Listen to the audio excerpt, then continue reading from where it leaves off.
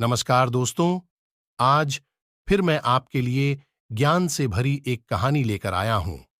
ये कहानी है गौतम बुद्ध और एक दुखी भिखारी के बीच की बुद्ध मॉरल स्टोरी, जिससे जीवन का बहुत अच्छा ज्ञान मिलता है। एक बार महात्मा बुद्ध एक गांव में अपने शिष्यों सहित घने पेड्डी की छांव के नीचे बैठे थे।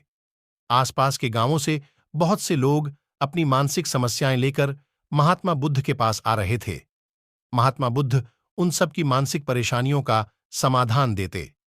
सब लोग का खुशी अपनी समस्याओं का समाधान पाकर वहां से लौट रहे थे। वहीं से कुछ दूर बैठा लोगों को बुद्ध के पास जाते देख एक दुखी भिखारी अपने भाग्य को कोसता हुआ यही सोचने लगा कि अभी कुछ देर पहले तो ये लोग दुखी मन से मुंह लटकाए उन महात्मा के पास गए थे, और अब इतना खुश होकर कैसे वापस लौट रहे हैं। आखिर माजरा क्या है, जरा मैं भी जाकर देखूं कि वो महात्मा ऐसा कौन सा खजाना बांट रहा है इन लोगों को। वे इतने प्रसन्न हुए कि उनके चेहरे लाल हो गए। जब वो दुखी भिखारी कुछ नजदीक गया तो उसने देखा कि ये महात्मा तो लोगों को प्रवचन देकर लोगों के दुख का निवारण कर रहे हैं। ये देखकर भिखारी के मन में भी तीव्र इच्छा हुई कि क्यों न मैं भी इन महात्मा को अपना दुख बताऊं। मुझे भी अपने दुख का समाधान अवश्य मिलेगा। बस फिर क्या था।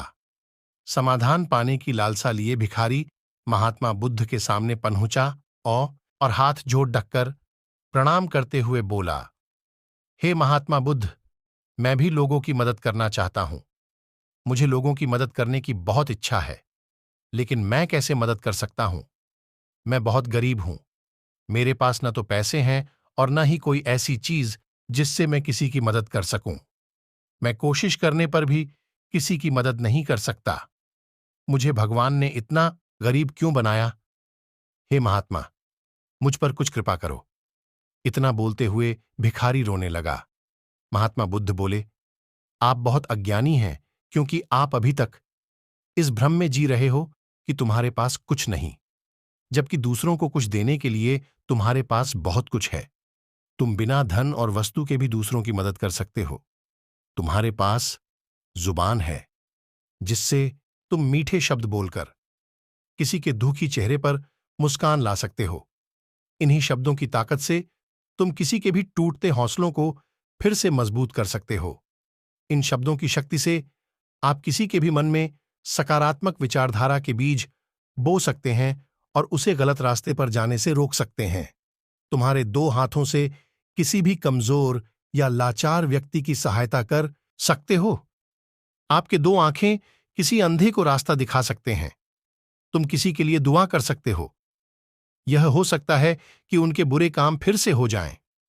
आप किसी के अच्छे स्वास्थ्य की कामना कर सकते हैं, लेकिन अज्ञानतावश तुम अब तक इस बात को समझ नहीं पाए और इस भ्रम में अब तक जीते रहे कि तुम्हारे पास मदद करने के लिए कुछ नहीं। किसी की मदद करने के लिए कुछ नहीं। किसी की मदद करने के लिए धन और वस्तु का होना अनिवार्य नहीं है। बिना धन और वस्तु के भी हम कई प्रकार से लोगों की मदद कर सकते हैं। महात्मा बुद्ध के ज्ञान से भरे ये सुंदर शब्द सुनकर भिखारी के चेहरे पर मुस्कान आ गई और वह खुशी से झूमता हुआ वहां से चला गया। दोस्तों, महात्मा बुद्ध की इन बातों से बहुत कुछ सीखा गया।